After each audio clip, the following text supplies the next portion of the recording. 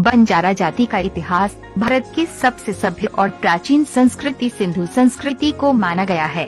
इसी संस्कृति से जुड़ी हुई गोर बंजारा संस्कृति है और इस गोर बंजारा समाज का वास्तव पूरी दुनिया भर में है और उन्हें अलग अलग प्रांत में अलग अलग नाम से जाना जाता है।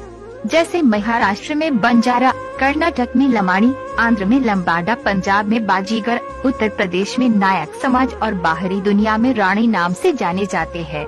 इस समाज के ईसा पूर्व काल में बौद्ध और महावीर के भी पहले पीठागौर नाम के गौर धर्म के संस्थापक हुए हैं। इसके बाद 11वीं शताब्दी में दागुरु नाम के द्वितीय धर्मगुरु होके गए हैं। द्वितीय धर्मगुरु ने शिक्षा का महत्व और मंत्र और समाज को दिया।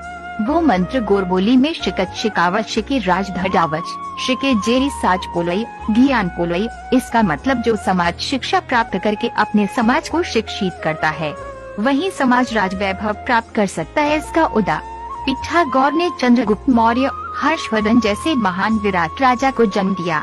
उसी तरह दागुरु के विचारों ने अलाउद्दीन, राजा गोपीचंद जैसे महान योद्धाओं को निर्मित किया। इसी 12वीं शताब्दी से लेकर 17वीं शताब्दी तक गौर बंजारा समाज में बड़े बड़े योद्धा होके गए, जैसे महाराणा प्रताप के सेनापति जयमल फंतिहा और राजा रत्न सिंह के सर सेनापति और रानी रुकमती के सगे भाई गोर बंजारा गौरा बादल। 16वीं और 17वीं शताब्दी के गौर बंजारा समाज के महान व्यापारी उत्तर में लकीशों बंजारा और दक्षिण में जंगी, भंगी, बुकिया और मध्य भारत के भगवान दारस वजतिया थे। ये सभी व्यापारी भारत के बड़े राजा महाराजाओं को रसद, अनाज पहुंचाने का काम करते थे। लेकिन आम जनता की फिक्र इस गौर बंजारा समाज के संत सेवाला महाराज को थी, इसलिए उन्होंने आम जनता की सेवा और भलाई के लिए अपने विचारों का संगठन निर्माण किया और उनका नेतृत्व भी किया। उसी महान सतगुरु, समाज सुधारक, क्रांतिकारी, अर्थतज्ञ, आयुर्वेदाचार्य और बहुजनों के गोर के धर्मगुरु संत सेवालाल का जन्म 15 फरवरी 1739 को आंध्र प्रदेश के अनंतपुर जिले के गुत्थी तालुका स्थित गुलाल डौडी गांव में हुआ। अभी वो गांव सेवागढ़ के नाम से जाना जाता है। भौगोलिक और ऐतिहासिक जानकारी होने के कारण गोर बंजारा समाज का वास्तव्य प्रदेश की सीमाओं पे ज्यादातर होता था। इस स्थितियों का फायदा उन्हें व्यापार में मिलता था और संगठन की दृष्टि से भी लाभदायक था। इसी बात से उनके दूरदृष्टि का अंदाज होता है।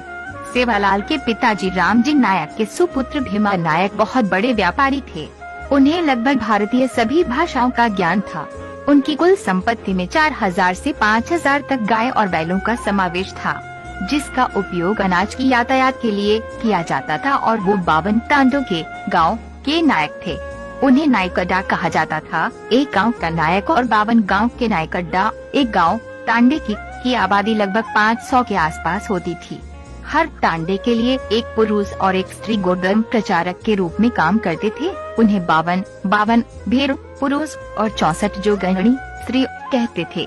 इन 52 भेड़ू और 64 जोगणी का एक संघ होता था और ये मुख्य नायकड्डा के अंतर्गत कायम करते थे। इसीलिए संत सेवालाल के दादाजी को राम संघ नायक कहते थे। 52 तांडों का संघ प्रमुख भीमा नायक भी 52 तांडों के संघ प्रमुख थे। ऐतिहासिक दस्तावेज से पता चला है कि भीमा नायक ने अंग्रेजों के साथ मूल्य में 2 लाख रुपए का व्यापारी करार किया था। अनाज पहुंचाने का करार। इस बात से साफ पता चलाता है कि सेवालाल का जन्म वैभव संपन्न घर में हुआ था। इसके अलावा उनके जन्म को लेकर काफी सारी मिथ्या कहानियां सुनने में आती है। सेवालाल की मां का नाम दमनी था, जो कि जयराम बड़तिया सुवर्णकप्पा कर्नाटक की सुपुत्री थी। भीमा नायक के विवाह के उपरांत लगभग 12 साल तक उन्हें कोई संतान नहीं थी। बाद में मरिया माँ की आराधना के बाद संत सेवालाल